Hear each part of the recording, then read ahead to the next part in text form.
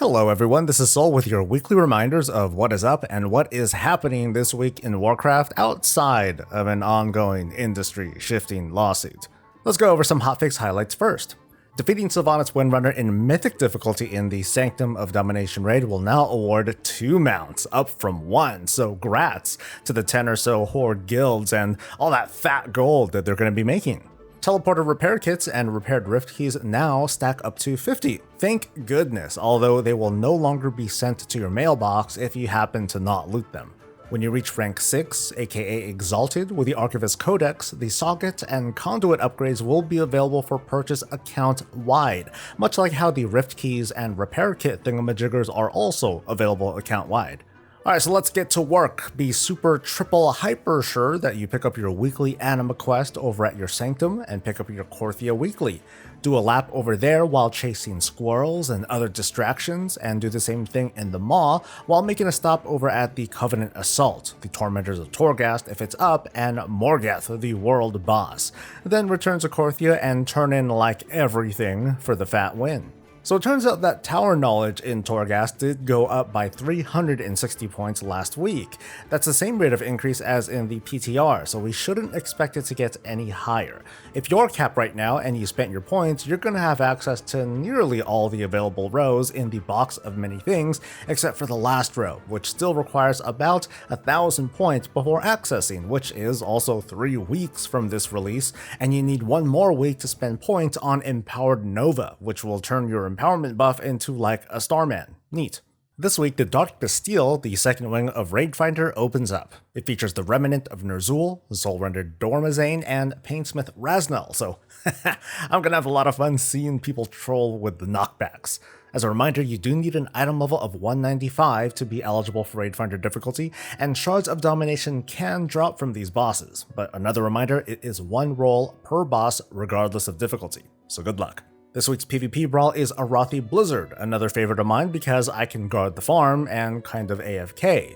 Like I can't get blamed for not seeing anyone coming in this crazy storm, oh no! And World Quests are the other weekly event this week, which I find terrific for alts because you'll be zipping around the world to complete callings for renown, and getting a bunch of extra reputation and anima helps a ton. For mains though, you can almost entirely ignore this because you're probably swimming in anima.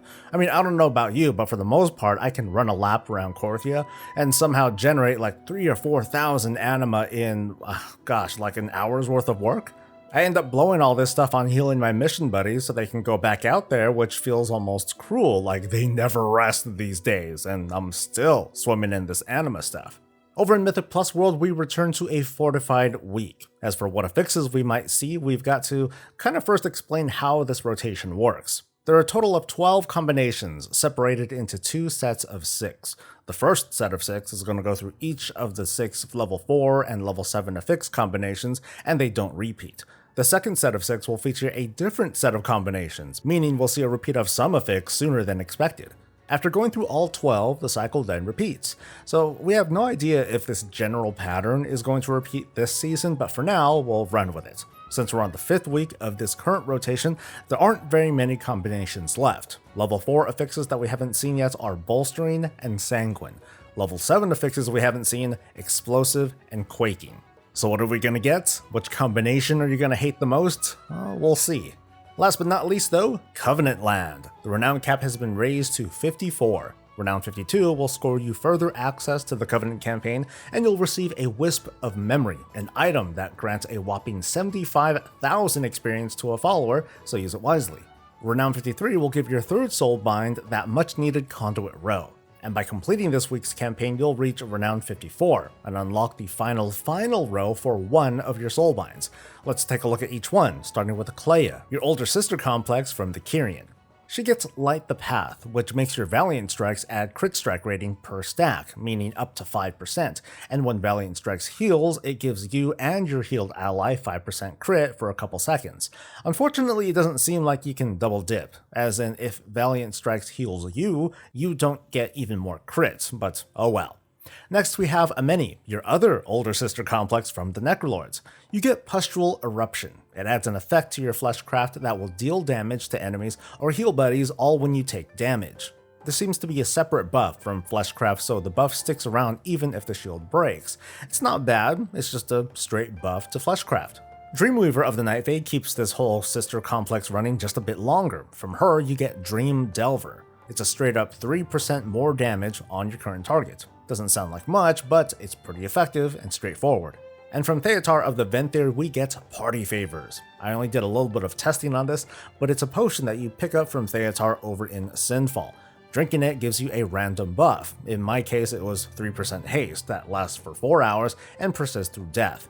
I have a feeling the buff won't work if Theatar isn't your active soulbind, but feel free to test that out on your own. And that's going to be it for what to expect this week in the World of Warcraft.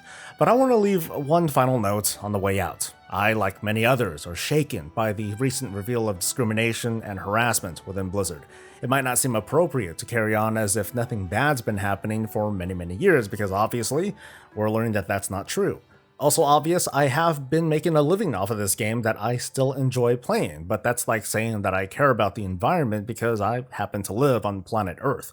It is in my interest to keep producing content, but it's also in my interest and it's just right to support the accusers and encourage a thorough and fair investigation, all to make a safe and inclusive space for us to play and talk smack about the World of Warcraft, and I'm glad that you listened to the end.